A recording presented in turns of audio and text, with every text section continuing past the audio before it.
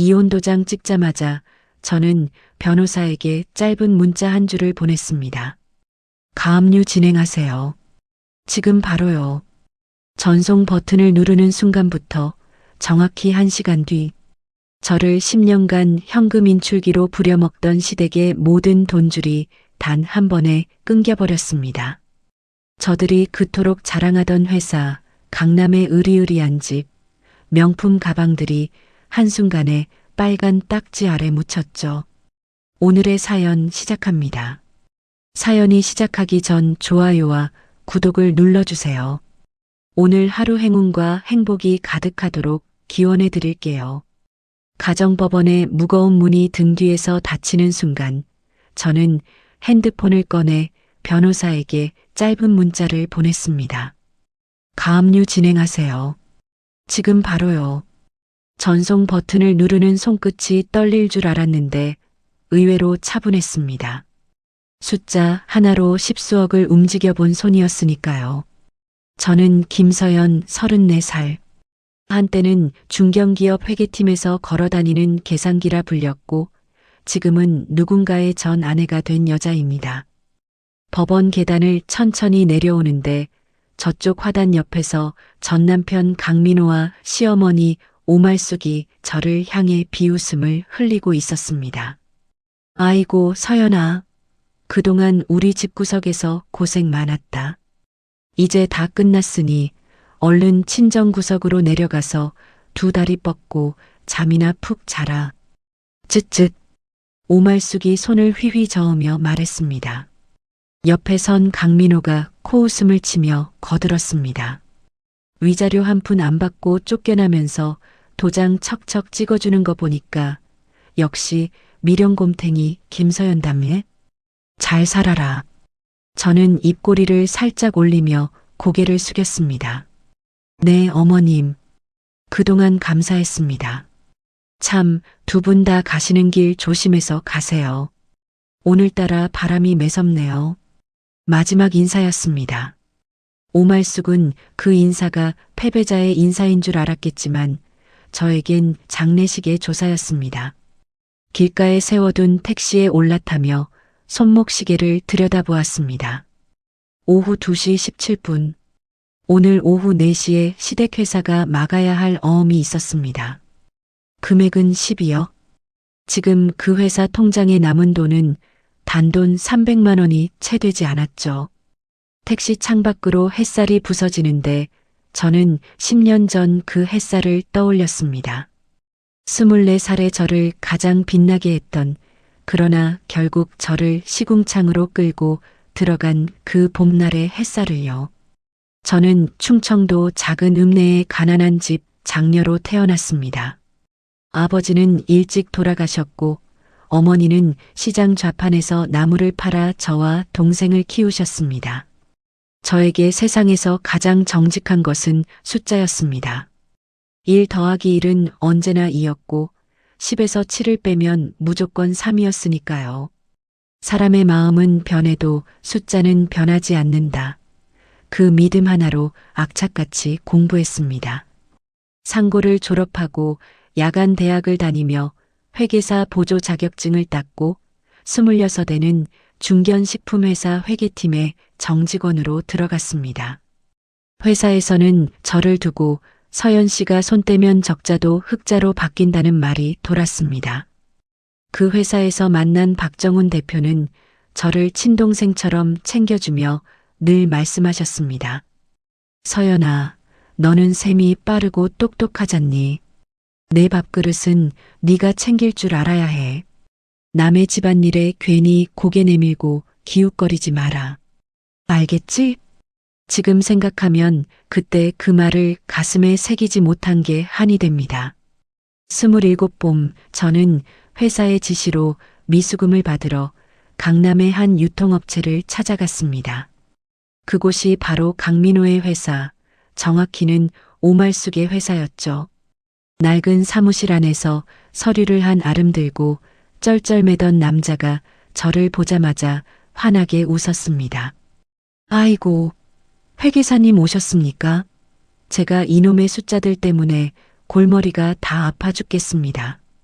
영수증이 왜 이렇게 안 맞는지 제발 저 좀 살려주세요. 강민호는 그렇게 첫 인사를 건넸습니다. 훤칠한 키에 순한 눈매, 책상에 흩어진 영수증을 보며 머리를 극적이는 모습이 영락없는 도련님이었습니다. 저는 미수금을 받으러 갔다가 그날 밤을 새워 그의 장부를 정리해 주었습니다. 새벽 5시쯤 강민호가 자판기 커피를 뽑아와 두 손으로 건넸습니다. 와, 서연 씨. 진짜 하늘에서 내려온 천사가 따로 없네. 이렇게 꼼꼼하고 야무진 아가씨를 우리 어머니가 딱 보셨어야 하는 건데. 당장 며느리 삼자고 난리 치실 겁니다. 하하. 농담처럼 흘린 말 한마디. 저는 그 말에 얼굴이 빨개졌고 강민호는 그 빨개진 볼을 바라보며 또 웃었습니다. 지금 와서 돌이켜보면 그날 새벽 강민호가 흘린 그 한마디는 농담이 아니라 일종의 신호였습니다. 자기 어머니에게 데려갈 쓸만한 무료 회계사를 발견했다는 사냥꾼의 신호였죠. 하지만 그때의 저는 아무것도 몰랐습니다. 석 달 만에 결혼 이야기가 오갔고 강민호는 첫 상견례 자리에서 제 어머니의 손을 꼭 잡았습니다. 장모님, 걱정 마십시오. 우리 서연이 제가 평생 손에 물 한 방울 안 묻히고 왕비처럼 모시고 살겠습니다. 저 한 번만 꽉 믿어주세요. 그 말 한 줄에 어머니는 시장에서 나물 팔던 손으로 눈물을 훔치셨습니다. 그리고 그 눈물 한 방울이 저를 지옥문 앞으로 데려갔습니다. 결혼 전 처음으로 시댁에 인사를 갔던 날을 저는 평생 잊지 못합니다. 강남의 고급 주택가, 대문부터 으리으리한 2층 집이었습니다. 대리석 거실에 들어서자마자 오말숙은 저를 위아래로 훑어보더니 강민호에게 들으라는 듯 말했습니다. 민호야, 애가 친정은 가난해서 좀 빠져도 눈치 하나는 빠릿빠릿해 보이네. 그래도 사람 됨됨이는 쓸만하구나. 집안일이든 회사일이든 부려먹기는 딱 좋겠어. 저는 두 손을 모으고 고개를 숙였습니다. 안녕하세요, 어머님. 처음 뵙겠습니다. 김서연이라고 합니다. 앞으로 많이 가르쳐 주세요. 잘 부탁드립니다. 오말숙은 제가 가져간 한과 선물 상자를 받지도 않고 식탁 끝으로 밀어두며 말했습니다. 너 셈 잘한다고 했지? 잘됐다. 앞으로 우리 회사 돈 들어오고 나가는 장부 네가 싹 다 맡아서 해라. 이제 한 식구인데 남한테 아까운 돈 줘가며 맡길 필요 없잖니? 안 그러냐? 결혼 승낙이 아니라 입사 통보였습니다. 저는 그게 호의인 줄 알고 두 손을 더 가지런히 모았습니다. 네, 어머님. 부족하지만 제가 할 수 있는 일이라면 다 해보겠습니다. 회사 일도 제가 꼼꼼하게 다 챙기겠습니다. 부엌에서 과일을 깎고 있던 시누이 강민지가 픽 웃으며 한마디를 던졌습니다. 어머 엄마, 우리 새언니 진짜 잘 고른 것 같아. 머리도 똑똑해서 쓸모도 많은데 엄마 말소리에 아주 꼼짝도 못하잖아. 완전 횡재했네, 횡재했어. 마치 가축시장에서 송아지 한 마리를 잘 골랐다는 듯한 말투였습니다. 그 순간 가슴 한구석이 차갑게 식었지만 저는 애써 미소를 지었습니다. 가족이 되면 다 풀어질 일이라고 믿었으니까요. 거실 한쪽 벽에 걸린 가족 사진 속에서 오말숙은 강민호의 어깨에 손을 얹고 있었습니다. 마치 자기 소유물을 표시하듯 단단히요. 그 손이 며칠 뒤부터는 제 어깨를 누르게 될 거라는 사실을 저는 그날 짐작조차 하지 못했습니다. 택시가 신호에 걸려 멈춰섰습니다. 저는 핸드폰 화면을 다시 들여다봤습니다. 오후 2시 42분. 부재중 전화 7통, 모두 강민호였습니다. 저는 한 통도 받지 않고 가만히 화면을 닫았습니다. 이윽고 문자 한 통이 도착했습니다. 야, 김서연. 우리 회사 통장이 왜 다 막힌 거야?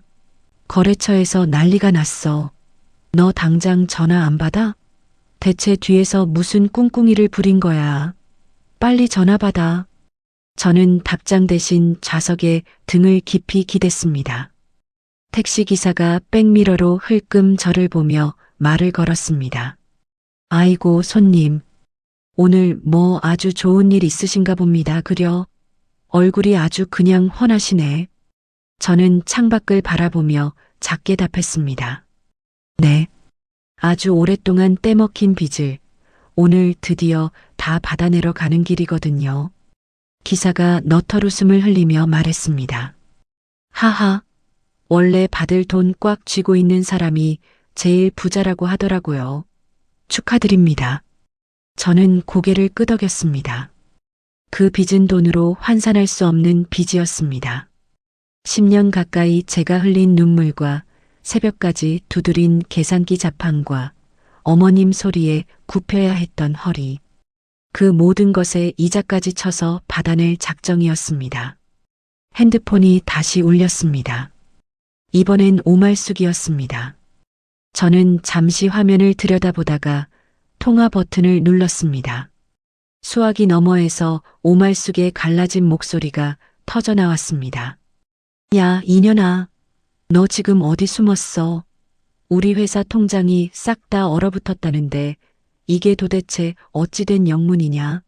네가 장난친 거지? 바른대로 말 안 해. 저는 잠시 침묵하다가 입을 열었습니다. 어머님, 방금 법원 앞에서 도장 다 찍었는데 벌써 잊으셨어요? 저 이제 그 집 며느리 아닙니다. 남의 집 회사 일인데 왜 핏대를 세우며 저한테 전화를 하세요? 수화기 너머에서 숨 넘어가는 소리가 들렸습니다. 뭐? 남의 집? 이 앙큼한 년아. 네가 감히 내 뒤통수를 쳐? 이거 네가 다 꾸민 짓이지. 네가 감히 우리 돈줄을 막아? 당장 와서 안 풀어놓으면 너 죽고 나 죽는 거야. 이년아. 저는 조용히 통화 종료 버튼을 눌렀습니다. 차창 밖으로 봄 햇살이 길게 늘어지고 있었습니다.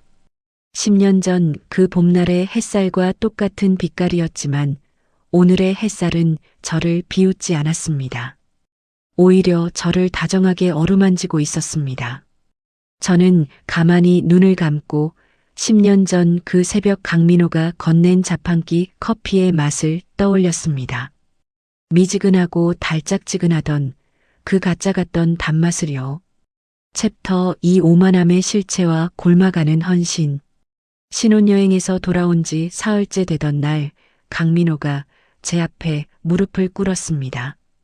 거실 한복판이었습니다. 서연아, 제발 부탁이야. 우리 회사 한 번만 살려줘.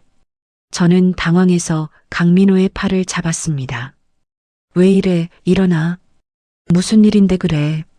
강민호가 제 손을 꼭 붙잡고 고개를 떨궜습니다. 장부가 엉망이야. 어머니가 그동안 주먹국으로 해오신 거라 세무서에서 곧 들이닥칠 것 같아. 너밖에 없어. 거실 소파 끝에 앉아있던 오말숙이 한숨을 푹 쉬며 거들었습니다. 서연아, 가족이니까 부탁하는 거다. 남한테 맡겼다간 우리 집안 망신이 어디까지 갈지 몰라서 그래. 저는 그날 밤 강민호의 회사 장부를 받아보고 입을 다물지 못했습니다. 매출 누락, 가짜 세금 계산서, 사장 개인 카드와 법인 카드가 뒤엉킨 영수증 더미. 이건 회사가 아니라 시한폭탄이었습니다. 여보, 이거 그냥 두면 큰일 나. 내가 다니던 회사 그만두고 정리할게. 저는 결국 다음날 박정훈 대표에게 사직서를 냈습니다. 박정훈 대표는 한참을 묵묵히 저를 바라보다가 펜을 내려놓으며 말씀하셨습니다. 서연아, 너 지금 그 집에 발 들이면 못 빠져나온다. 한 번 더 생각해봐라. 저는 웃으며 고개를 저었습니다. 대표님, 가족이잖아요. 제가 안 하면 누가 해요. 그 말이 얼마나 어리석은 말이었는지 그때는 정말 몰랐습니다. 저는 1년을 꼬박 회사에 매달렸습니다. 새벽 5시에 일어나 시댁 아침상을 차리고 7시에 회사로 나가 장부를 잡았습니다. 매입처 단가를 다시 협상하고 거래처 결제 조건을 늘리고 거품이 낀 사무실 임대료까지 다 깎아냈습니다. 1년 만에 적자였던 회사가 순이익 4억을 찍었습니다. 통장에 찍힌 숫자를 들고 가던 날 오말숙은 환하게 웃으며 제 등을 두드렸습니다. 우리 며느리가 효자다, 효자야. 어이구, 복덩이 들어왔네. 그 말 한마디가 1년치 피로를 다 녹였습니다. 저는 정말로 가족이 된 줄 알았습니다. 하지만 그 미소의 유효기간은 딱 한 달이었습니다. 회사가 안정되자 오말숙의 얼굴이 천천히 굳어가기 시작했습니다. 어느 날 아침 제가 식탁 위에 회사 결산 보고서를 올려놓자 오말숙이 종이를 손가락으로 툭 밀어냈습니다. 이런 거 일일이 가져오지 마라. 가족끼리 무슨 보고냐? 옆에 있던 강민호가 신문을 넘기며 한마디를 더했습니다. 서연아, 너 요즘 너무 회사 일에 깊이 들어와. 사장은 난데 자꾸 네가 나서면 직원들이 헷갈리잖아. 저는 숟가락을 든 채로 잠시 멈췄습니다. 여보, 결산 보고는 사장 부인이 아니라 재무 담당으로 하는 거잖아. 강민호가 들고 있던 신문을 탁 접으며 짜증을 냈습니다. 그러니까 그게 거슬린다는 거야. 적당히 좀 해. 응. 오말숙이 입을 비죽거리며 거들었습니다.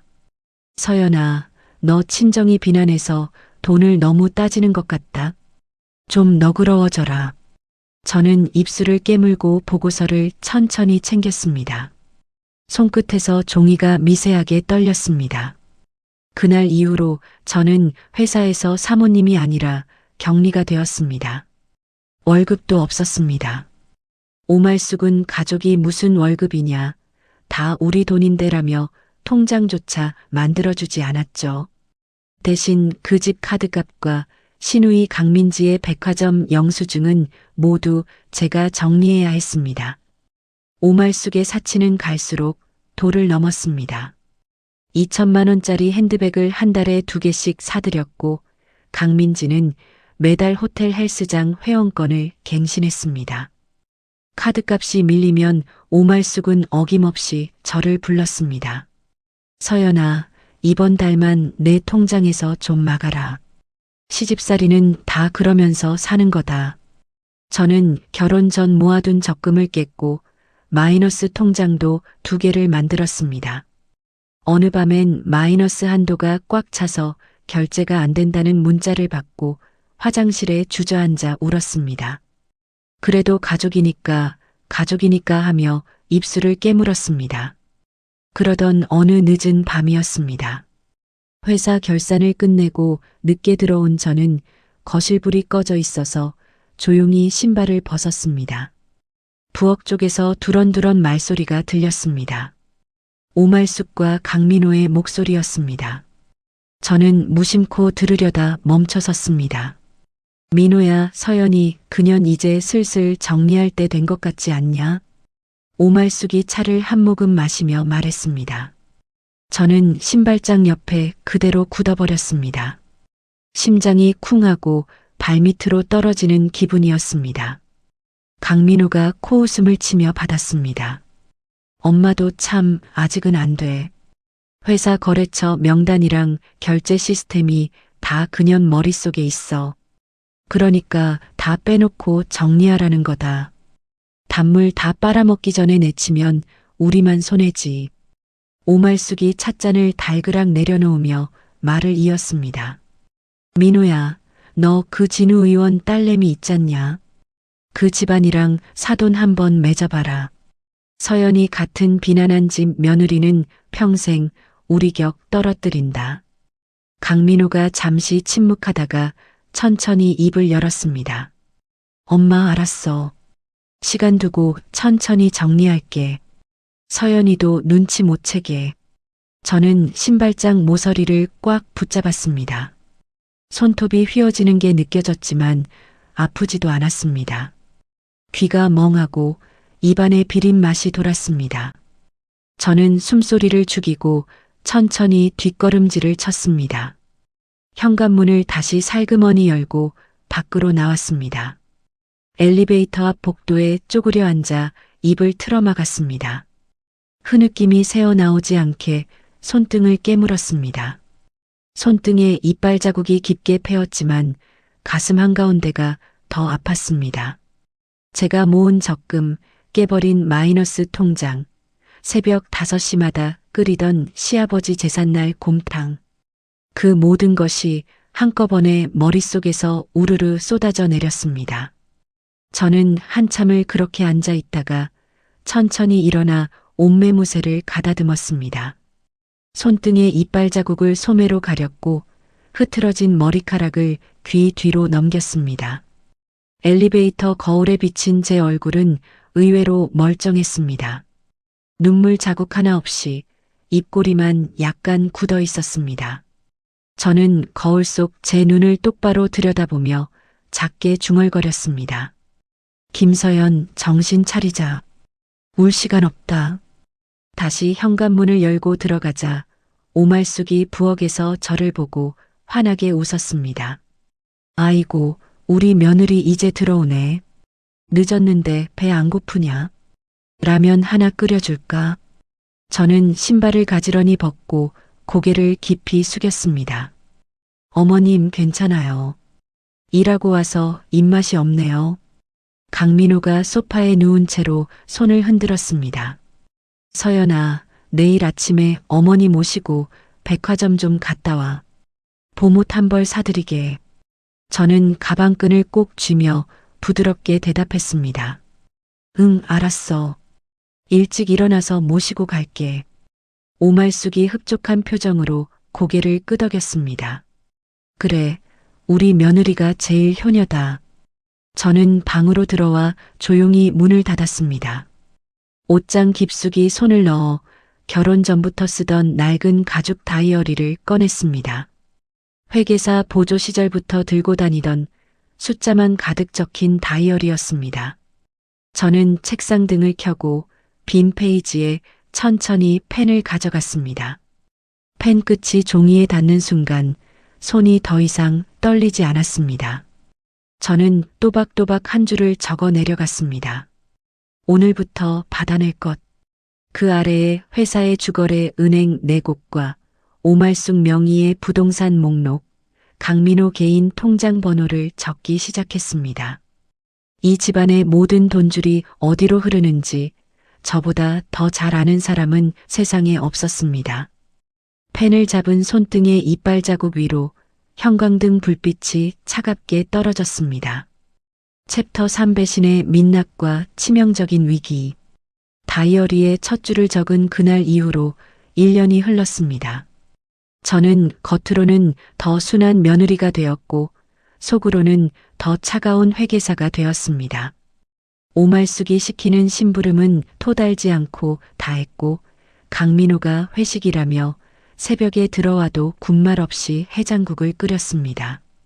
대신 회사의 모든 입출금 내역을 따로 복사해 제 개인 외장하드에 차곡차곡 모으기 시작했습니다. 그러던 늦봄의 어느 오후였습니다.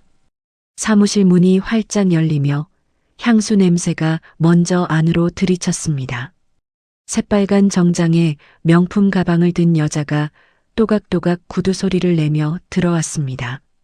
30살쯤 되어 보이는 인형같이 화장을 한 여자였습니다. 강민호가 의자에서 벌떡 일어나며 두 손을 비볐습니다. 아이고, 지아씨. 어서 오세요. 길 안 막혔어요.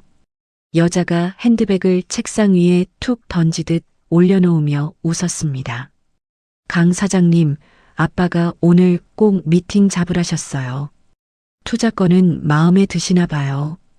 강민호가 해벌쭉 웃으며 저를 흘끔 보더니 손짓했습니다. 서연아, 차 좀 내와라. 이분이 김지아 씨, 그 진우그룹 김 회장님 따님이셔. 저는 고개를 살짝 숙이고 탕비실로 들어갔습니다. 녹차를 우리며 손이 자꾸만 떨리는 걸 꾹 눌렀습니다. 진우그룹. 저는 한 달 전부터 그 이름을 다이어리에 적어두고 있었습니다. 오말숙이 입버릇처럼 민호 진짜 작은 진우그룹 따님이지라고 흘리던 그 이름이었으니까요. 찻잔을 들고 들어가니 김지아가 강민호의 무릎에 손을 척 올리고 있었습니다. 저를 보고도 손을 거두지 않았습니다. 오히려 입꼬리를 한쪽만 올리며 말했습니다. 강 사장님, 사모님이 굉장히 단아하시네요. 회사 살림은 사모님이 다 하신다면서요.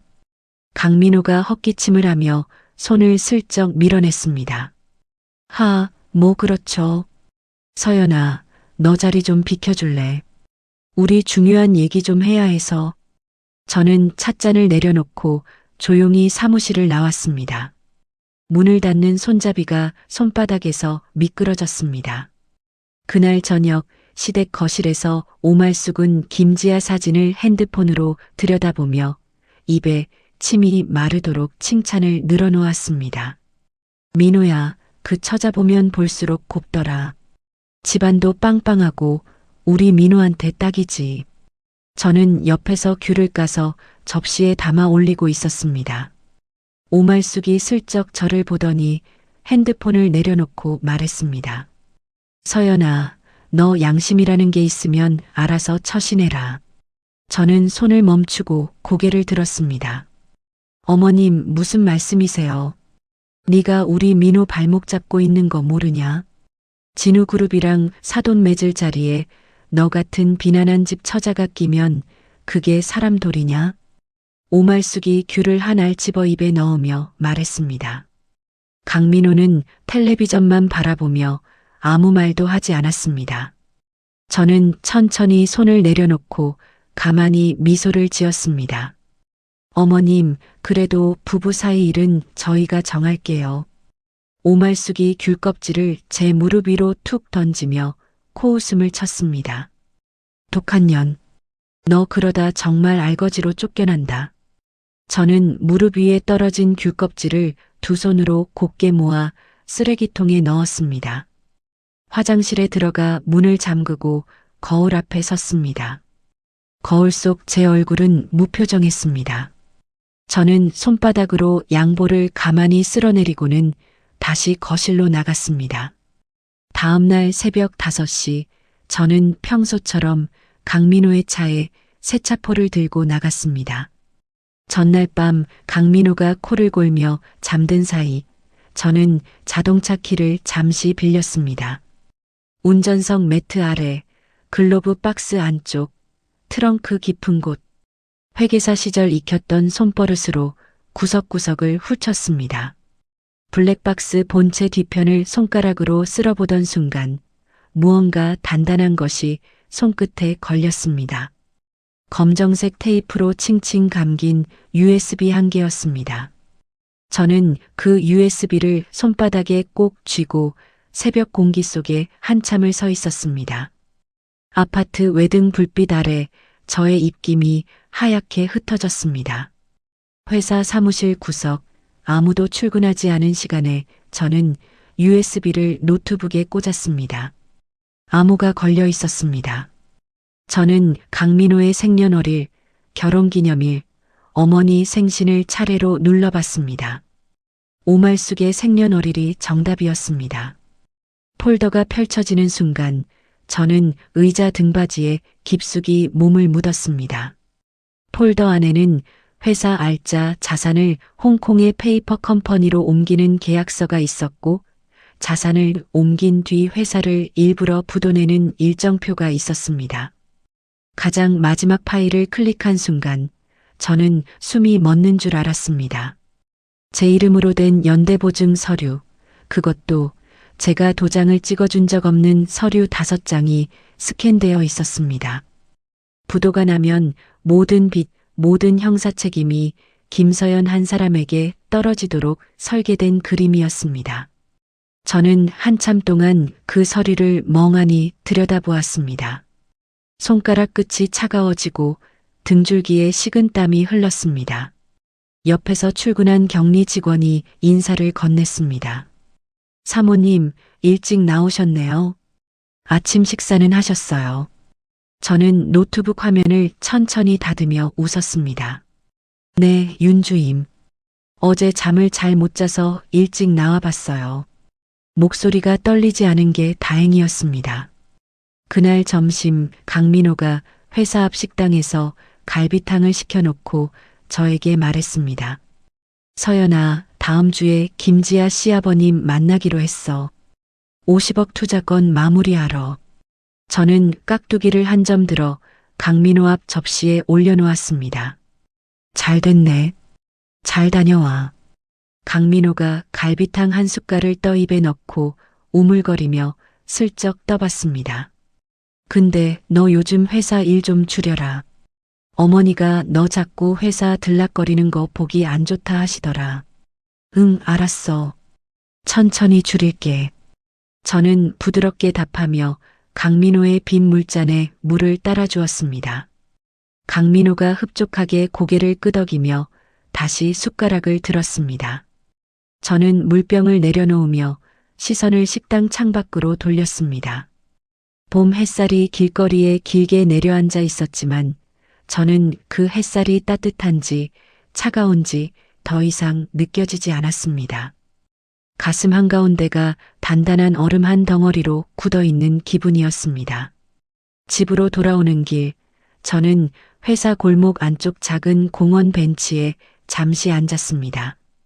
핸드폰을 꺼내 박정훈 대표의 번호를 한참 들여다봤습니다. 5년 만에 누르는 번호였습니다. 손가락이 통화 버튼 위에서 망설였습니다. 자존심이 목구멍 끝까지 차올라 통화 버튼을 누르지 못하게 만들었습니다. 대표님 말을 듣지 않고 시집간 죄책감, 빈손으로 다시 찾아가는 부끄러움. 저는 결국 핸드폰을 가방에 다시 집어넣었습니다. 벤치 옆 화단에 노란 민들레 한 송이가 피어 있었습니다. 저는 그 민들레를 한참 들여다보다가 다시 일어섰습니다. 오늘은 아직 때가 아니라고 스스로에게 말했습니다. 증거가 더 필요했습니다. 회사 통장 흐름, 김지아의 진짜 정체, 오말숙 명의 부동산 등기부. 저 혼자서는 다 캐낼 수 없는 그림이었습니다. 집에 돌아오자 오말숙이 거실에서 텔레비전을 보다가 저를 흘끔 봤습니다. 서연아, 빨래 다 개놨다. 안방으로 갖다 놔라. 저는 두 손으로 빨래 바구니를 받아들었습니다. 네, 어머님. 감사합니다. 오말숙이 만족스러운 듯 콧소리를 흘리며 다시 텔레비전으로 시선을 돌렸습니다. 빨래 바구니를 든 제 손목 안쪽에서 USB가 옷소매 사이에 단단히 숨어 있었습니다. 그 작은 플라스틱 조각의 무게가 거실의 모든 가구 무게를 다 합친 것보다 무거웠습니다. 챕터 4절만 끝에 빛, 반격의 서막. USB를 발견한 지 일주일이 지났습니다. 저는 회사 자금 흐름을 따로 추적하느라 하루에 2~3시간밖에 잠을 자지 못했습니다. 눈밑이 검게 가라앉고 결혼 반지가 손가락에서 헐겁게 돌았습니다. 토요일 오후 오말숙의 심부름으로 시댁거래 은행에 들렀습니다. 수표 한 장을 끊으려고 번호표를 뽑고 의자에 앉아 있는데 누군가 제 어깨를 톡 두드렸습니다. 서연이 맞지? 김서연. 고개를 드는 순간 저는 자리에서 벌떡 일어섰습니다. 박정훈 대표였습니다. 대표님, 목소리가 갈라져 나왔습니다. 박정훈 대표가 저를 위아래로 한참 훑어보더니 미간을 찌푸렸습니다. 너 왜 이러고 다니냐? 사람이 반쪽이 됐다. 저는 어색하게 웃으며 손사래를 쳤습니다. 아니에요, 대표님. 요즘 일이 좀 많아서요. 박정훈 대표가 제 팔꿈치를 잡고 은행 옆 카페로 끌고 들어갔습니다. 앉아라. 따뜻한 거 한 잔 시켜줄 테니까. 대표님이 카페라테 2잔을 시켜놓고 저를 가만히 바라봤습니다. 따뜻한 잔을 손에 쥐는 순간 손가락 끝이 저릿하게 풀렸습니다. 박정훈 대표가 천천히 입을 열었습니다. 서연아, 너 그동안 어떻게 지냈는지 안 물을 거다. 얼굴에 다 적혀 있어. 저는 잔을 두 손으로 꼭 감싸 쥔 채 고개를 숙였습니다. 대표님, 죄송해요. 박정훈 대표가 천천히 고개를 저었습니다. 죄송할 거 없다. 그때 못 잡아준 내가 미안하지. 저는 입술을 깨물었습니다. 눈물이 핑 도는 걸 막으려고 이를 악물었지만 소용없었습니다. 뜨거운 것이 뺨을 타고 줄줄 흘러내렸습니다. 박정훈 대표가 휴지를 한 장 뽑아 저에게 건네며 조용히 말했습니다. 울어라. 다 울고 나서 얘기하자. 저는 카페 구석 자리에서 한참을 흐느꼈습니다. 5년 동안 쌓아둔 울음이 한꺼번에 터져 나왔습니다. 박정훈 대표는 아무 말 없이 제 앞에 휴지 한 통을 통째로 가져다 놓았습니다. 울음이 가라앉자 저는 가방에서 작은 메모지를 꺼냈습니다. USB에서 옮겨 적은 내용 중 가장 핵심만 적어둔 종이였습니다. 박정훈 대표가 그 종이를 한참 들여다보더니 입을 다물지 못했습니다. 서연아, 이거 네가 직접 정리한 거냐? 네, 대표님. 일주일 동안 못 자고 캤어요. 박정훈 대표가 안경을 벗고 미간을 꾹 눌렀습니다. 이놈들 이거 너를 완전히 호구로 잡았구나. 연대보증 위조까지 했다는 거 아니냐? 저는 고개를 끄덕였습니다. 이대로 부도가 나면 저는 사기 횡령 공범으로 묶여서 감옥에 갈 거예요. 그것도 10년 넘게요. 박정훈 대표가 잔을 거칠게 내려놓았습니다. 안 된다. 그거는 내가 막아준다. 저는 고개를 들고 박정훈 대표를 바라봤습니다. 대표님, 저 도와주실 수 있어요. 박정훈 대표가 저를 똑바로 보며 말했습니다. 서연아, 너 지금부터 내 말 잘 들어라. 나 지금 벤처 투자사 차렸다. 자본금 충분하고 변호인단도 있고 자금 흐름 추적할 사람도 있어. 저는 숨을 죽이고 들었습니다. 내 능력을 그 쓰레기들한테 더 낭비할 거 없다. 내가 판을 깔아주마. 너는 그 위에서 마음껏 칼을 휘둘러라. 저는 손등으로 눈가를 닦으며 천천히 고개를 끄덕였습니다. 할게요, 대표님. 끝까지 할게요. 박정훈 대표가 손을 내밀었습니다. 저는 그 손을 두 손으로 꽉 잡았습니다. 5년 만에 처음으로 제 손이 떨리지 않았습니다. 그날 밤부터 저의 이중 생활이 시작되었습니다. 낮에는 시댁에서 더없이 순한 며느리가 되었습니다. 오말숙이 김지아 자랑을 늘어놓아도 어머님 보시는 눈이 정확하시네요 하며 맞장구를 쳤고 강민호가 늦게 들어와 화장실에서 향수 냄새를 풍겨도 모른 척 옷을 받아 옷걸이에 걸어주었습니다. 저녁상을 차린 뒤에는 회사에 두고 온 서류가 있다며 가방을 들고 나갔습니다. 차를 몰아 도착하는 곳은 강남 뒷골목의 작은 오피스텔 한 채. 박정훈 대표가 저를 위해 통째로 비워둔 작업실이었습니다. 벽 한 면에 큰 모니터 3개가 걸려 있었고 그 앞에 박정훈 대표가 보낸 자금 추적 전문가 한 명이 앉아 있었습니다. 저는 회사 출근 카드로 빼낸 거래 내역서, USB에서 복사한 페이퍼 컴퍼니 계약서, 그리고 시댁 부동산 등기부등본을 모니터 위에 펼쳤습니다. 홍콩 쪽 회사 명의가 또 다른 회사 밑으로 한 번 더 들어가 있어요. 이게 3단계예요. 전문가가 자판을 두드리며 말했습니다. 저는 옆에 서서 펜으로 종이 위에 화살표를 그렸습니다. 여기 이 회사 대표 이름이 김지아의 외삼촌이에요. 저도 오늘 알았어요. 전문가가 휘파람을 불었습니다. 사모님, 이거 그냥 부부 싸움이 아닌데요. 조직적으로 짠 판이에요. 저는 의자 등받이에 깊이 몸을 묻고 천천히 숨을 내쉬었습니다. 네, 알아요. 그래서 저도 조직적으로 칠 거예요. 밤 2시가 넘어가도록 자료를 정리하다가 박정훈 대표가 따로 보낸 봉투 하나를 열어봤습니다. 봉투 안에는 김지아의 신상조사서가 들어 있었습니다. 본명 김지아, 32살, 충청도 출신. 진우그룹과 아무런 혈연 관계가 없었습니다. 사기전과 2건, 혼인 빙자 사기 1건. 마지막 한 줄에 제 눈이 멈췄습니다.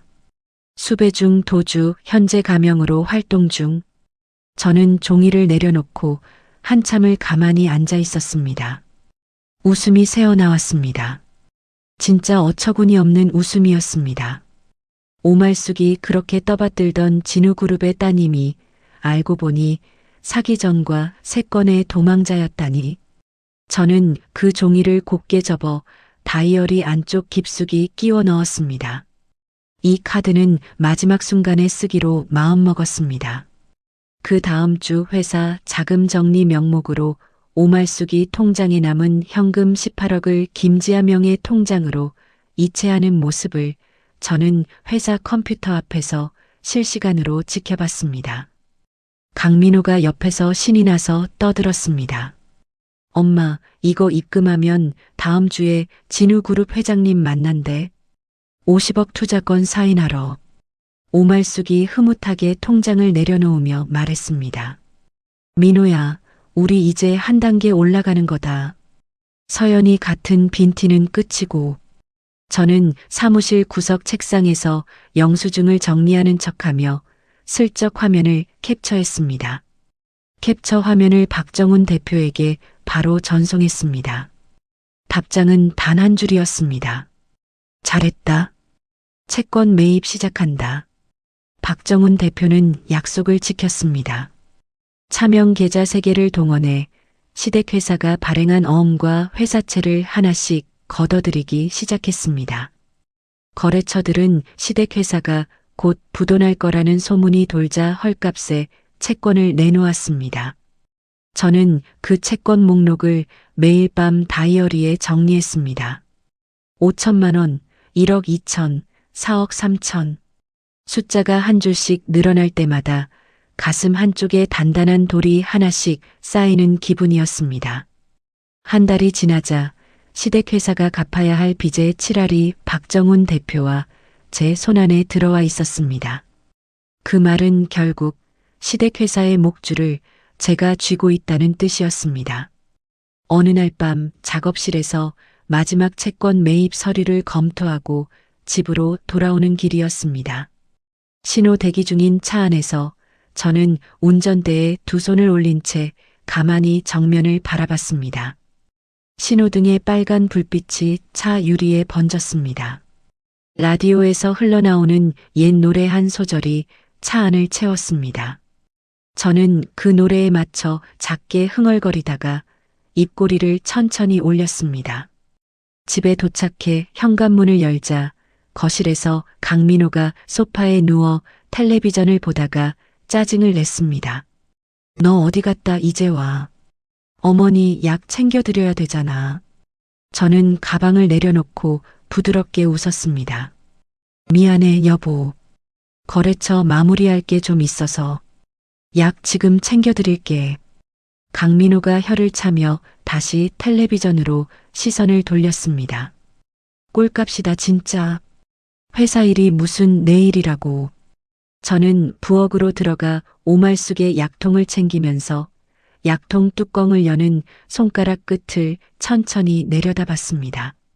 손톱 밑까지 깨끗했습니다. 이제 곧 이 손으로 도장을 찍을 일만 남아 있었습니다. 챕터 5 완벽한 덧 카타르시스의 순간. 채권 매입을 마친 다음 날 아침, 저는 거실 식탁 위에 노란 봉투 하나를 올려놓았습니다. 오말숙이 식탁에 앉으며 봉투를 흘끔 보더니 미간을 찌푸렸습니다. 이게 뭐냐? 저는 2손을 앞에 모으고 고개를 살짝 숙였습니다. 어머님, 협의 이혼 합의서예요. 제가 먼저 준비했어요. 식탁 끝에서 신문을 보던 강민호가 신문을 와락 내려놓았습니다. 뭐? 여보, 미안해. 나도 더는 못 버티겠어. 위자료도 안 받을게. 그냥 깨끗하게 정리하자. 오말숙이 봉투를 잡아채 안을 들춰봤습니다. 위자료 청구 없음, 재산 분할 청구 없음. 오말숙의 입꼬리가 야금야금 올라갔습니다. 민호야, 서연이가 사람 됨됨이는 마지막에 보이는구나. 이게 며느리 도리지. 강민호가 어이없다는 듯 코웃음을 쳤습니다. 서연아, 너 정말 이대로 나간다고. 후회 안 해. 저는 눈을 내리깔며 작게 답했습니다. 응. 내가 부족해서 미안해, 여보. 강민호가 의자에서 일어나 봉투를 챙겨 안주머니에 넣었습니다. 좋아. 그럼 빨리 끝내자. 다음 주에 법원 가자. 오말숙이 자리에서 일어나 제 등을 툭툭 두드렸습니다. 서연아, 잘 생각했다. 알거지로 쫓겨나는 건 면했네. 저는 가만히 고개를 끄덕이며 식탁 위 빈 그릇을 치웠습니다. 설거지통 앞에 서서 수도꼭지를 트는데 거품이 손등을 타고 흘러내렸습니다. 거품 사이로 결혼 반지가 헐겁게 돌아가는 게 보였습니다. 저는 반지를 천천히 빼서 싱크대 옆 작은 접시에 올려놓았습니다. 이혼 도장을 찍는 날 아침, 저는 평소처럼 새벽 5시에 일어났습니다. 오말숙의 아침상을 차렸고 강민호의 셔츠를 다림질했습니다. 마지막 출근하는 사람처럼 그릇 하나하나를 정성껏 닦았습니다. 가정법원에 도착하자 오말숙이 따로 차를 타고 와 기다리고 있었습니다. 내가 직접 봐야 마음이 놓이지. 오말숙이 흰 손수건으로 입가를 닦으며 말했습니다. 판사 앞에서 강민호와 저는 나란히 섰습니다. 판사가 물었습니다. 두 분 협의 이혼에 동의하십니까? 강민호가 먼저 단호하게 대답했습니다. 네. 저는 잠시 침묵하다가 또박또박 답했습니다. 네. 동의합니다.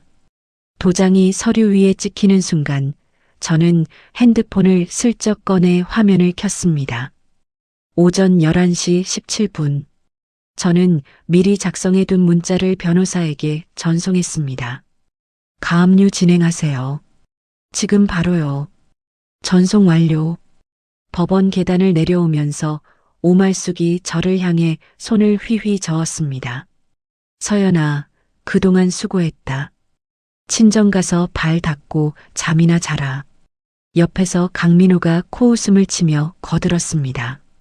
위자료 한 푼 안 받고 가는 거, 그게 너답다.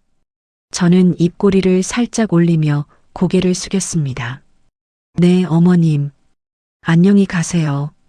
오말숙이 흡족한 얼굴로 등을 돌렸습니다.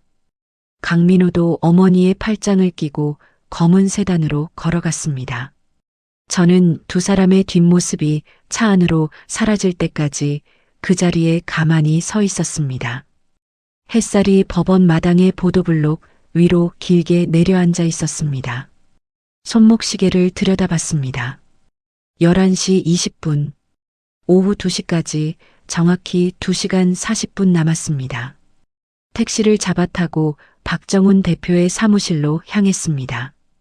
사무실에 도착하자 박정훈 대표가 회의실 문을 열고 저를 맞았습니다. 서연아, 준비는 다 끝났다. 신호만 주면 된다. 회의실 안에는 변호사 3명과 자금 추적 전문가가 모니터 앞에 앉아 있었습니다. 저는 자리에 앉아 따뜻한 차 한 잔을 받아들었습니다. 손이 더 이상 떨리지 않았습니다. 박정훈 대표가 옆에 앉으며 저를 바라봤습니다. 서연아, 마지막으로 한 번 더 묻는다. 정말 가도 되겠냐? 저는 찻잔을 천천히 내려놓으며 답했습니다. 대표님, 저 지난 10년 동안 이 순간 하나만 기다렸어요. 박정훈 대표가 고개를 끄덕이며 변호사에게 손짓했습니다. 시작합시다. 변호사가 자판을 두드리며 차분하게 말했습니다. 가압류 신청서 접수 완료. 주거래 통장 4곳 동결 처리 들어갑니다. 오후 2시 2분 시댁회사의 주거래 통장 4개가 동시에 잠겼습니다. 오후 2시 7분 강민호 개인 통장에 잠금이 걸렸습니다. 오후 2시 12분 오말숙 명의의 강남 자택과 상가 두 채에 빨간 딱지가 붙었습니다. 저는 화면을 들여다보며 한 줄씩 표시되는 글자를 천천히 읽어 내려갔습니다. 동결, 동결, 동결. 세 글자가 차곡차곡 모니터에 쌓일 때마다 가슴 한쪽에 얹혀있던 돌덩이가 하나씩 굴러 떨어졌습니다. 2시 28분 첫 번째 전화가 걸려왔습니다. 강민호였습니다. 저는 받지 않았습니다. 2시 33분 두 번째 전화. 이번엔 오말숙이었습니다. 저는 그 전화도 받지 않았습니다. 부재중 전화 표시가 5통, 7통, 12통으로 늘어났습니다. 박정훈 대표가 옆에서 작게 웃었습니다. 서연아, 슬슬 받아줘도 되겠다. 저는 핸드폰을 가만히 들여다봤습니다. 오말숙의 이름이 또 한 번 떠올랐습니다. 저는 통화 버튼을 눌렀습니다. 수화기 너머에서 오말숙의 갈라진 비명이 터졌습니다. 서연아, 서연아 이년아. 통장이 다 잠겼다. 이게 무슨 일이냐? 응. 저는 차분하게 답했습니다. 어머님, 저 이제 며느리 아니라고 아침에 말씀드렸잖아요. 이년이, 너 이거 네가 한 짓이지. 네가 한 짓이지. 오말숙의 목소리가 갈수록 갈라졌습니다. 저는 잠시 침묵했다가 입을 열었습니다. 어머님, 오후 4시에 막아야 할 어음 12억이죠. 수화기 너머에서 숨 넘어가는 소리가 들렸습니다. 너 그걸 어떻게 알아? 제가 모르는 게 그 회사에 뭐가 있어요. 10년을 제가 한 일인데요. 저는 잠깐 숨을 고른 뒤 천천히 말을 이었습니다. 오늘 오후 4시 그 회사 그대로 부도예요. 어머님, 수화기 너머에서 오말숙이 무어라 비명을 질렀지만 저는 통화 종료 버튼을 눌렀습니다. 핸드폰을 책상 위에 가만히 내려놓는 손이 깃털처럼 가벼웠습니다. 오후 4시 정각, 어음 결제 시간이 지났습니다. 자금 추적 화면에 빨간 글자가 떠올랐습니다. 결제 불이행, 부도 처리. 회의실 안의 모든 사람이 잠시 침묵했습니다. 박정훈 대표가 천천히 자리에서 일어나 와인잔 2개를 가져왔습니다. 한 잔 받아라, 서연아. 저는 잔을 받아들었습니다. 박정훈 대표가 잔을 살짝 부딪히며 말했습니다. 10년 묵은 빚 잘 받아냈다. 저는 와인을 한 모금 입에 머금었습니다. 쌉쌀하고 묵직한 맛이 혀끝에 길게 남았습니다. 창밖으로 오후의 빛이 사선으로 쏟아져 들어왔습니다. 저는 잔을 천천히 내려놓고 핸드폰을 다시 들었습니다. 부재중 전화가 40통을 넘어가 있었습니다. 강민호의 마지막 문자가 화면에 떠 있었습니다. 서연아, 한 번만 살려줘. 어머니 쓰러지셨다. 저는 그 문자를 한참 들여다보다가 화면을 천천히 잠갔습니다. 답장은 한 줄도 보내지 않았습니다. 박정훈 대표가 슬쩍 물었습니다. 마음이 좀 시원하냐? 저는 창밖을 바라보며 작게 답했습니다. 대표님, 시원한 게 아니라요. 이제 좀 숨이 쉬어져요. 박정훈 대표가 고개를 끄덕이며 자리에 다시 앉았습니다. 저는 와인 잔을 다시 들어 한 모금을 더 마셨습니다. 햇살이 잔 안의 붉은 액체를 통과해 책상 위에 동그란 빛 자국을 만들었습니다. 저는 그 빛 자국을 손가락 끝으로 가만히 짚어보았습니다. 따뜻했습니다. 챕터 6 예상치 못한 발악, 두 번째 위기. 이혼 다음 날부터 저는 박정훈 대표가 마련해준 오피스텔로 짐을 옮겼습니다. 20평 남짓한 작은 공간이었지만 10년 만에 처음으로 제 이름으로 된 집이었습니다. 이삿짐을 풀고 창문을 여는데 늦봄 바람이 커튼을 부드럽게 흔들었습니다. 저는 한참을 창가에 서서 바람을 맞았습니다. 이튿날 저녁 박정훈 대표의 작업실에서 마지막 자료 정리를 마치고 늦게 집에 돌아왔습니다. 엘리베이터에서 내리자 복도 끝에 검은 그림자 두 개가 보였습니다. 심장이 한 박자 멎었습니다. 강민호와 험상궂은 남자 두 명이 제 오피스텔 문 앞에 서 있었습니다. 저는 발걸음을 멈추고 가만히 서 있었습니다. 강민호가 저를 발견하고 성큼성큼 걸어왔습니다. 며칠 사이 강민호의 얼굴은 페인처럼 변해 있었습니다. 수염은 자랐고 눈은 벌겋게 충혈되어 있었습니다. 김서연, 너 인연. 강민호가 제 팔을 우악스럽게 잡아챘습니다. 왜 이래 나? 저는 팔을 빼려 했지만 강민호의 소나기가 점점 더 세게 죄어왔습니다. 문 열어. 빨리. 저는 이를 악물고 강민호를 노려봤습니다. 무슨 권리로 남의 집에 들어와. 강민호가 픽 웃으며 제 얼굴 가까이 입을 들이댔습니다. 술 냄새가 확 끼쳤습니다. 권리 좋아하시네. 너 그 권리 다 어디서 났는데? 다 우리 집 돈으로 산 거 아니야. 뒤에 서 있던 덩치 큰 남자가 한 발 다가오며 으름장을 놓았습니다. 사모님, 좋게 말할 때 여세요. 시끄러우면 서로 피곤하잖아요. 저는 도어락 앞에서 손가락을 천천히 들었습니다. 손이 떨리는 걸 들키지 않으려고 손등에 힘을 꽉 주었습니다. 문이 열리는 순간 강민호가 저를 밀치며 안으로 들이쳤습니다. 오피스텔 안이 발자국으로 어지러워졌습니다. 강민호가 거실 한가운데서 저를 휙 돌려 세웠습니다. 네가 빼돌린 자료 다 어디 있어? 응. 저는 입술을 깨물고 답하지 않았습니다. 강민호가 제 어깨를 양손으로 움켜쥐고 흔들었습니다. 말해. 빨리 말해. 안 그러면 진짜 죽는다. 저는 강민호의 손을 뿌리치며 한 발 물러섰습니다. 여보 아니지. 강민호 씨. 정신 차려. 이러면 너만 더 망해. 강민호의 눈이 뒤집혔습니다. 닥쳐. 내년 때문에 우리 어머니 지금 병원에 누워 계셔. 알아. 그때 강민호의 핸드폰이 울렸습니다. 스피커폰이 켜져 있는지 여자 목소리가 거실에 그대로 새어나왔습니다. 김지아였습니다. 오빠, 그년이 가진 원본만 뺏어오면 우리 다시 시작할 수 있어.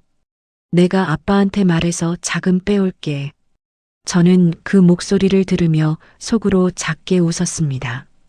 진우그룹 회장 따님이라는 김지아의 아빠는 이미 한 달 전 검찰이 가짜라고 확인해 둔 인물이었습니다.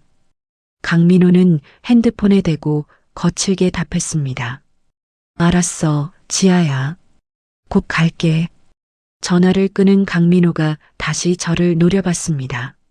마지막으로 묻는다. 자료 어디 있어? 저는 잠시 침묵하다가 천천히 입을 열었습니다. 침실 옷장 안. 검은색 외장하드. 강민호의 입꼬리가 빗둘게 올라갔습니다. 진작 그렇게 말하면 좋았잖아. 덩치 큰 남자가 침실로 들어가 옷장을 뒤졌습니다. 잠시 후 남자가 검은색 외장하드를 들고 나왔습니다. 강민호가 그것을 낚아채듯 받아들고 흔들어 보였습니다. 이거 안에 다 들었지. 회사 장부, 페이퍼 컴퍼니, 내역 다. 저는 고개를 천천히 끄덕였습니다. 그래. 다 들었어. 가져가. 강민호가 만족스러운 듯 외장하드를 안주머니에 깊숙이 찔러 넣었습니다. 그러더니 갑자기 손을 들어 제 뺨을 후려쳤습니다. 소리가 거실벽에 부딪혀 둔탁하게 울렸습니다. 저는 한쪽으로 휘청거리며 식탁 모서리를 잡았습니다. 입안에서 비린 맛이 번졌습니다. 이게 10년 시집살이 마지막 인사다. 잘 받아둬라. 강민호가 침을 뱉듯 말하고는 등을 돌렸습니다. 덩치들이 뒤를 따라 우르르 빠져나갔습니다. 문이 쾅 닫히는 소리가 났습니다. 저는 식탁을 짚은 채 한참을 가만히 서 있었습니다. 뺨이 화끈거렸고 어깨가 욱신거렸습니다. 손등으로 입가를 닦자 피가 묻어나왔습니다. 저는 천천히 자리에 주저앉아 한참 동안 숨을 골랐습니다. 가슴팍이 들썩였습니다. 분노 때문이 아니라 안도 때문이었습니다. 저는 떨리는 손으로 핸드폰을 꺼내 박정훈 대표에게 전화를 걸었습니다. 대표님, 믿기 물었어요.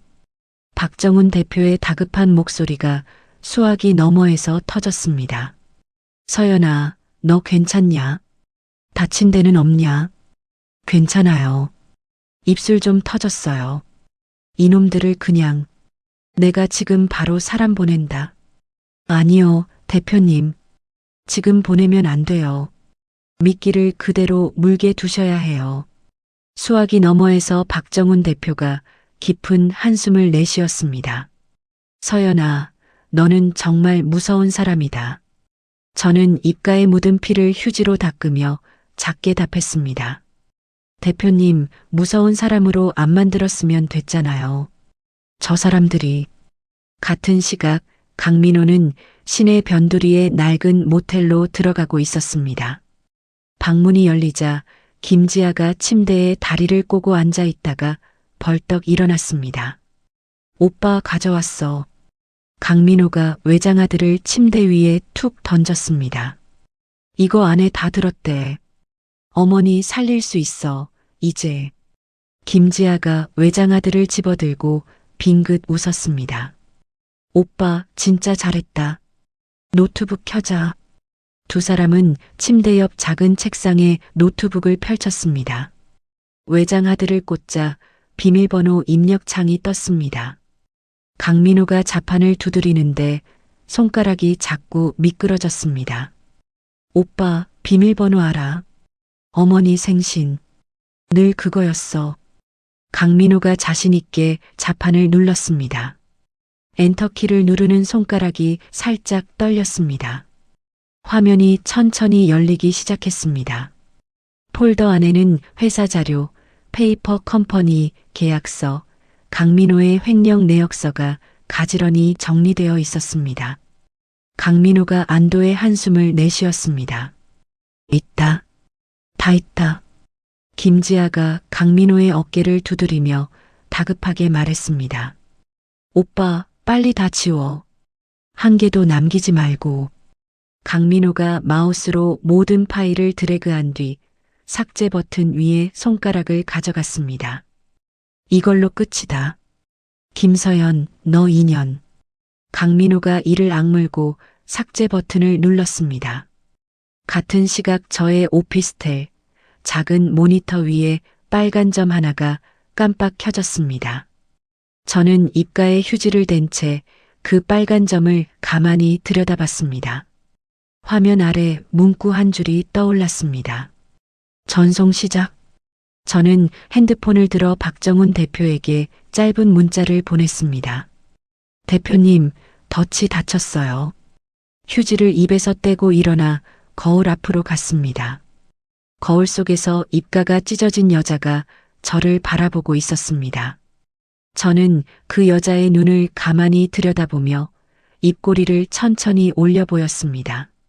찢어진 입가가 따끔하게 당겼지만 그 통증마저 시원하게 느껴졌습니다.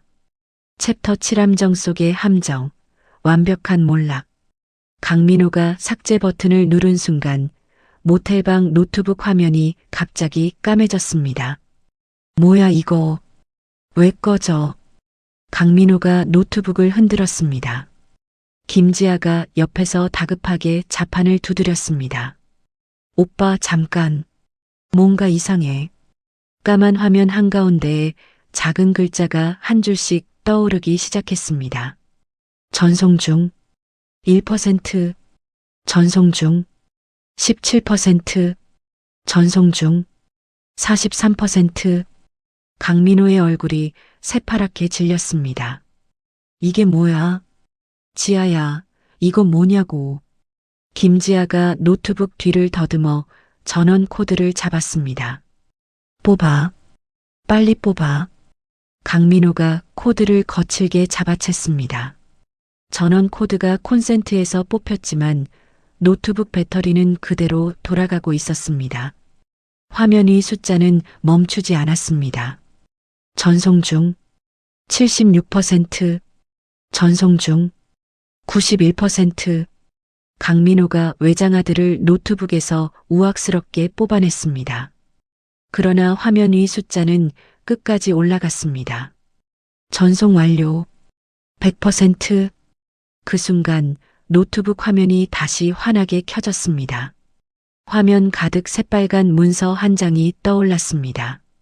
국세청과 검찰청 로고가 나란히 박힌 자동 신고 접수 중이었습니다. 강민호가 입을 벌린 채 굳어버렸습니다.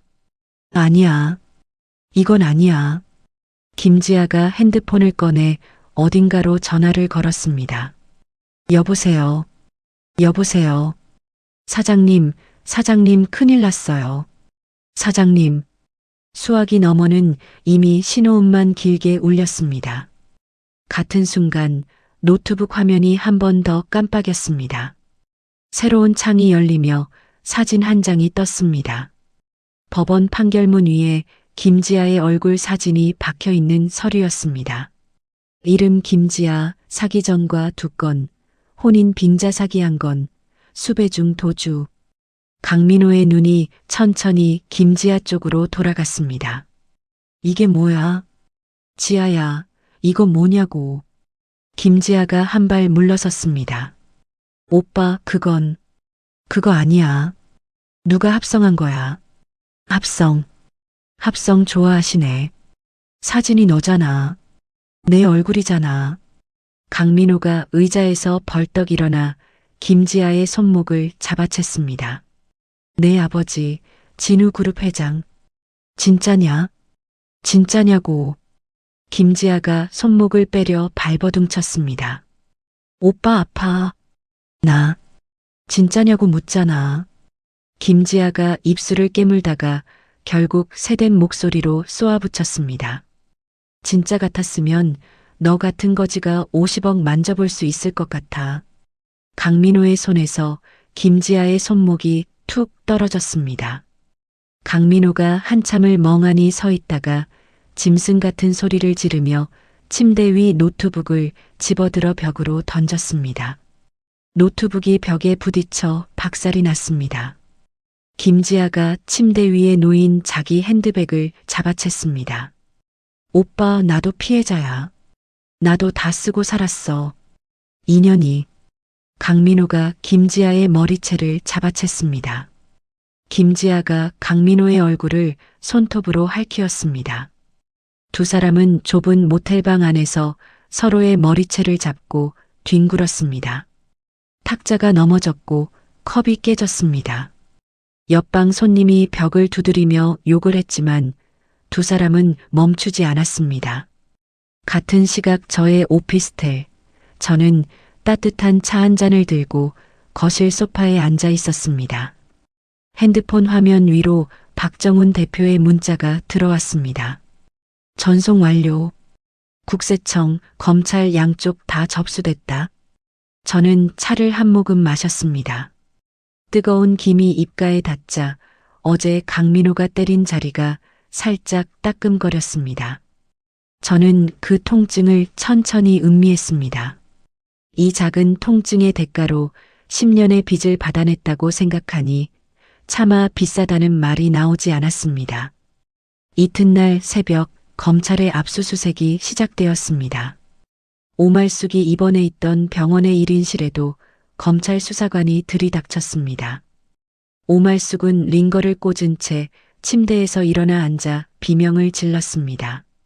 내가 뭘 했다고 그래. 수사관이 영장을 펼쳐 보였습니다.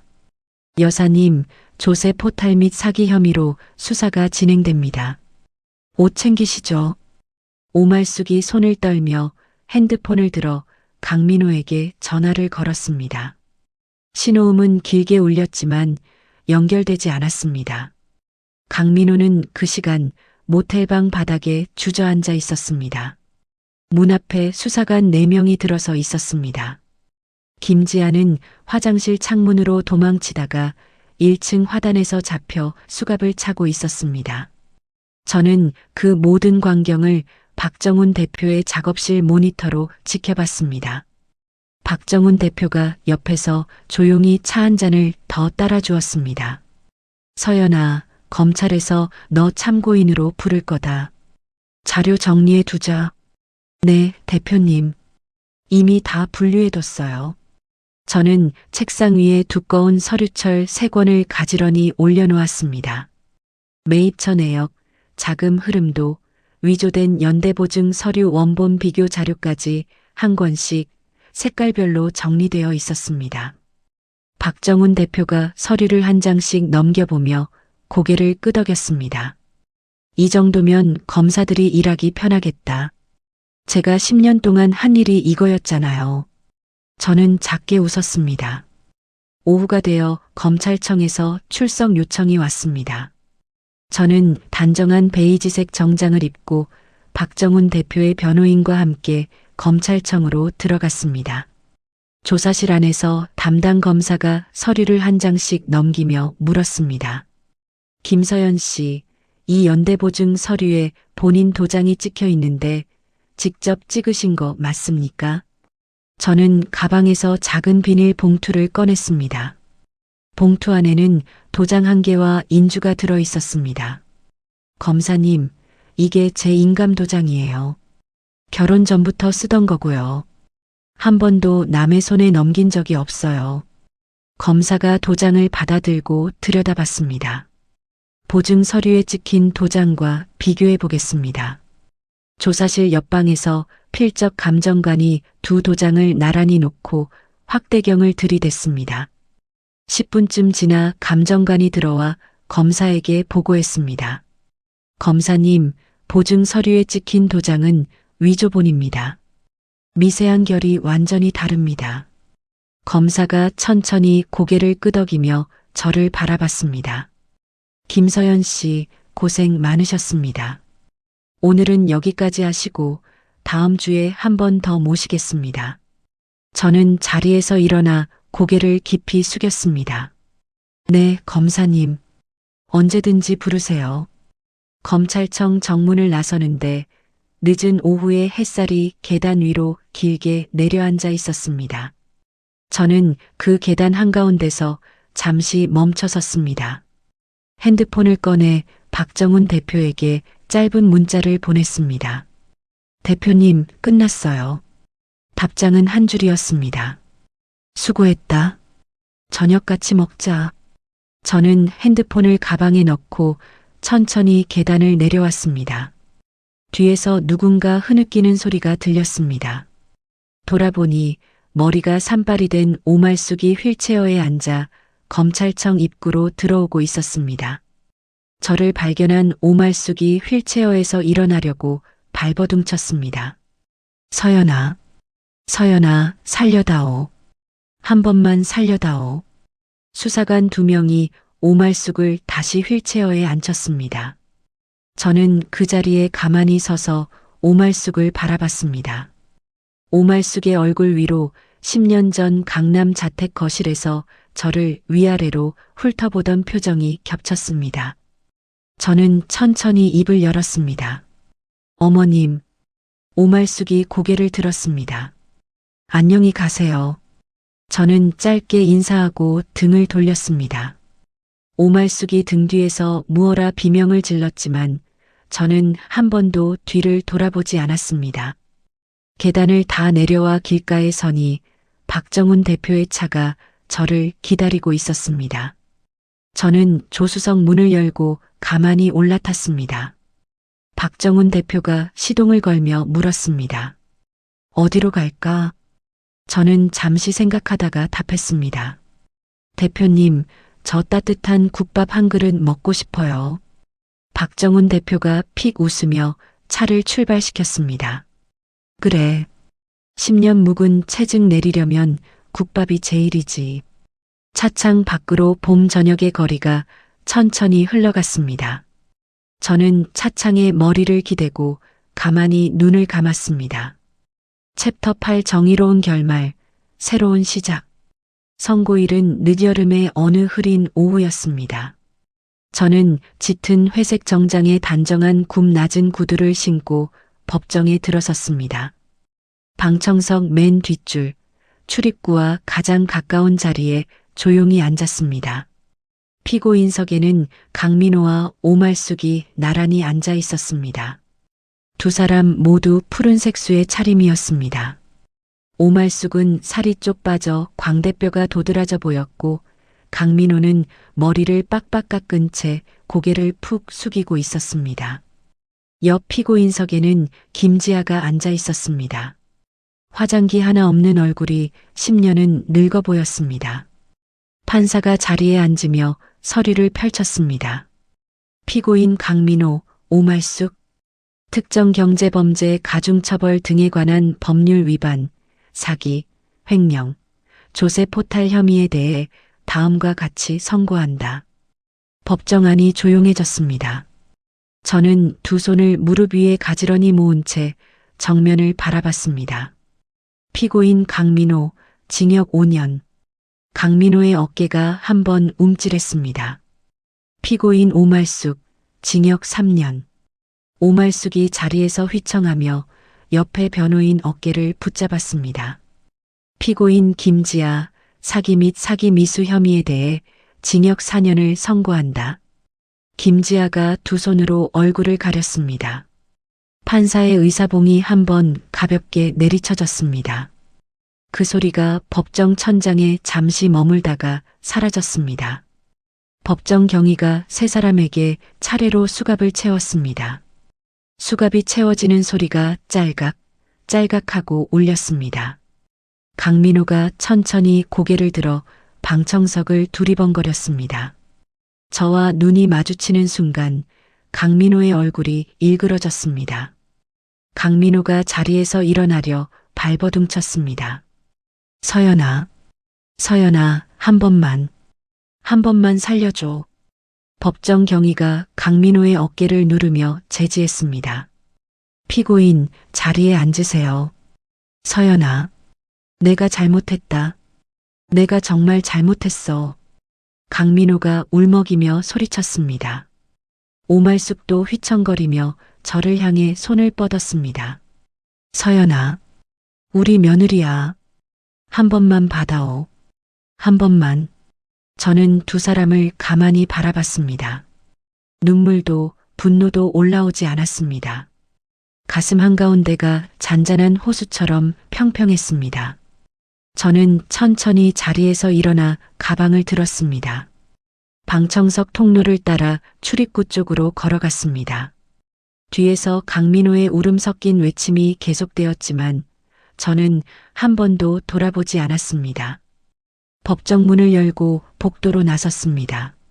문이 등 뒤에서 닫히는 순간 안쪽의 소음이 한꺼번에 차단되었습니다. 저는 잠시 문 앞에 서서 길게 숨을 내쉬었습니다. 복도 끝에서 박정훈 대표가 양손을 주머니에 찌른 채 저를 기다리고 있었습니다. 끝났냐? 네, 대표님. 끝났어요. 박정훈 대표가 고개를 끄덕이며 출구 쪽으로 걸음을 옮겼습니다. 저도 박정훈 대표의 뒤를 따라 걸었습니다. 법원 정문을 나서자 흐린 하늘이 어느새 갯 모양이었습니다. 구름 사이로 늦여름 햇살이 길게 비스듬히 내려오고 있었습니다. 저는 잠시 하늘을 올려다봤습니다. 눈이 시리도록 푸르고 맑은 하늘이었습니다. 박정훈 대표가 옆에서 작게 물었습니다. 속이 좀 후련하냐? 저는 잠시 생각하다가 답했습니다. 대표님, 후련하다기보다요. 그냥 이제 끝났구나. 그런 마음이에요. 박정훈 대표가 고개를 끄덕이며 차 문을 열어주었습니다. 선고가 끝난 다음 달 시댁의 강남 자택과 상가 두 채는 모두 경매에 넘어갔습니다. 박정훈 대표의 회사가 일부를 낙찰받았고 나머지는 다른 채권자들에게 돌아갔습니다. 해외 페이퍼 컴퍼니로 빼돌렸던 자금도 검찰의 협조로 단계적으로 환수되었습니다. 저는 그 환수 과정의 마지막 보고서를 손수 검토하고 검찰청에 제출했습니다. 제 이름으로 위조되었던 연대보증 서류 5장은 모두 무효 처리되었습니다. 은행에서 채무 면책 확인서를 받아들고 나오던 날, 저는 은행 정문 앞에 잠시 서 있었습니다. 손에 든 서류 한 장이 깃털처럼 가벼웠습니다. 그러나 그 한 장이 10년 동안 제 어깨를 누르고 있었습니다. 저는 그 서류를 가방 깊숙이 넣고 천천히 길을 걸었습니다. 가을이 오고 있었습니다. 박정훈 대표는 약속을 지켰습니다. 저를 자신의 벤처 투자사의 재무총괄 파트너로 정식 영입했습니다. 명함에는 이렇게 적혀 있었습니다. 파트너 김서연. 명함을 처음 받아든 날, 저는 오피스텔로 돌아와 책상 위에 명함 한 장을 가만히 올려놓았습니다. 이름 석자가 단단하게 눌러 박혀 있었습니다. 김서연. 저는 그 세 글자를 손가락 끝으로 천천히 짚어봤습니다. 종이의 결이 손끝에 또렷이 닿았습니다. 가을 어느 토요일, 저는 충청도 시골에 계신 친정어머니를 찾아갔습니다. 어머니는 마당에서 고추를 말리고 계셨습니다. 저를 보자 어머니가 손에 묻은 흙을 앞치마에 닦으며 한참을 가만히 서 계셨습니다. 서연아, 엄마. 저는 어머니께 다가가 가만히 어머니를 안았습니다. 어머니의 어깨가 작게 떨렸습니다. 우리 딸 고생 많았다. 엄마 미안해. 그동안 자주 못 와서. 어머니가 제 등을 토닥토닥 두드렸습니다. 마당 한 구석의 감나무에 빨간 감이 주렁주렁 매달려 있었습니다. 저는 어머니 옆에 쪼그려 앉아 고추를 함께 뒤집었습니다. 오랜만에 햇볕에 손을 대우니 손등이 따뜻하게 익어갔습니다.